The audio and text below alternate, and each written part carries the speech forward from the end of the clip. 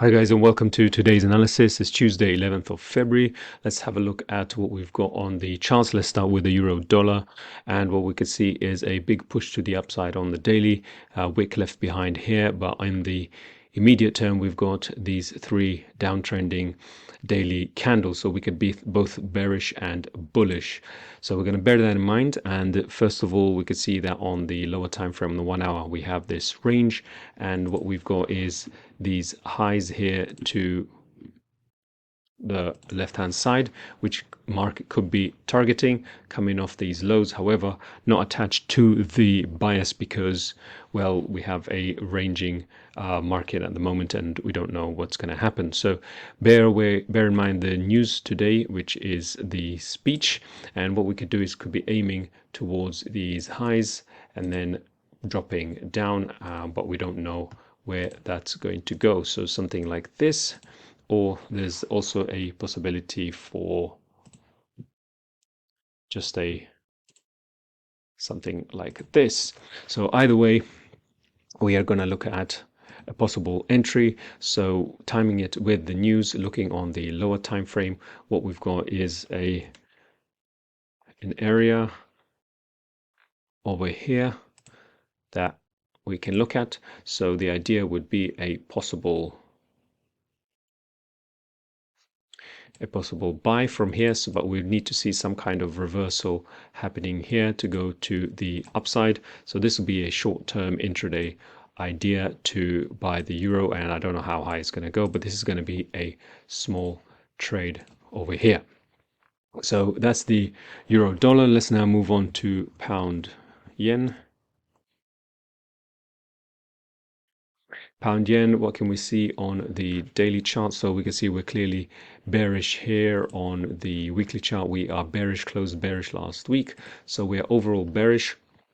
And now we have also broken this low over here. And if we've broken that low, then what we can see is we can expect to go to the next lows, which is this one down here, and then ultimately possibly one over here.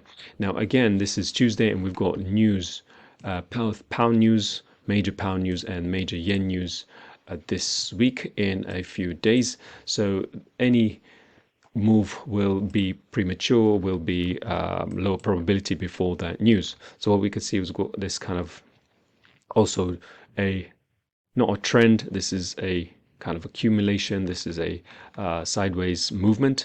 We've now hit this low over here, and now we are hesitating. So that's what happens at the lows. So again, we could be looking at this in two ways. One way is to go towards the high of the range, and here we've got the low of the range. So either way, bullish or bearish, buy or sell is not that high probability.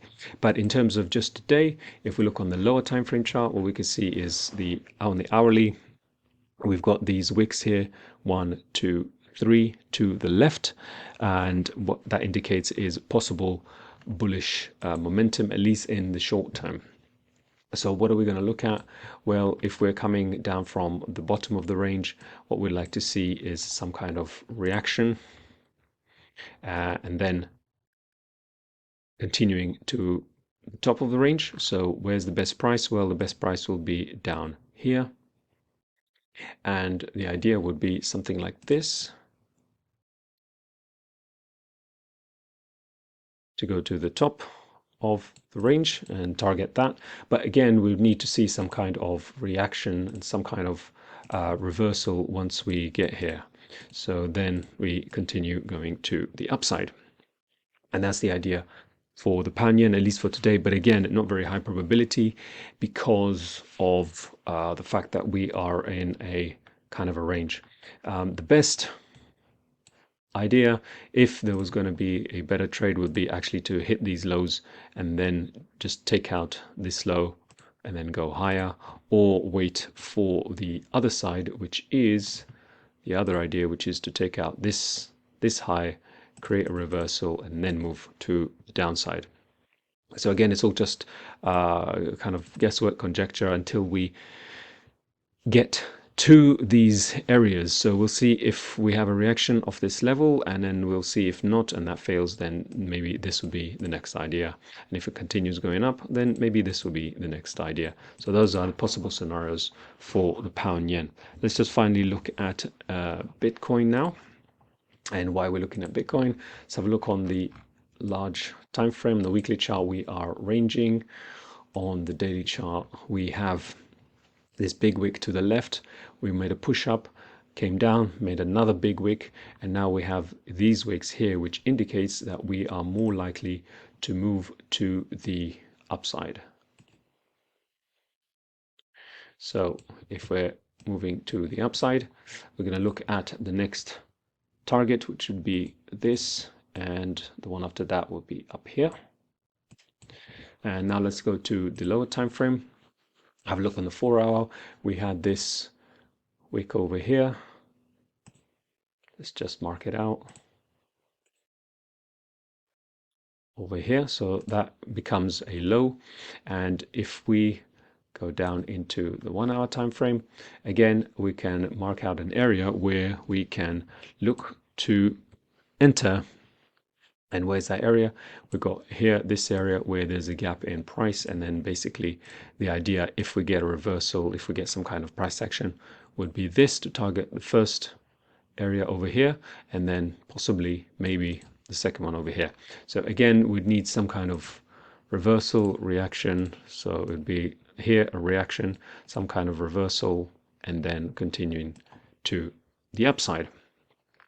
So this is the just intermediate kind of intra-week ideas, and they're not set in stone. There's not really a very high probability of anything at the moment, but that's what I see for now. We've got the news today. We've also got the news tomorrow, which is the major news for on Wednesday, and that's the one to look out for. So let's see what happens, and that's it for today.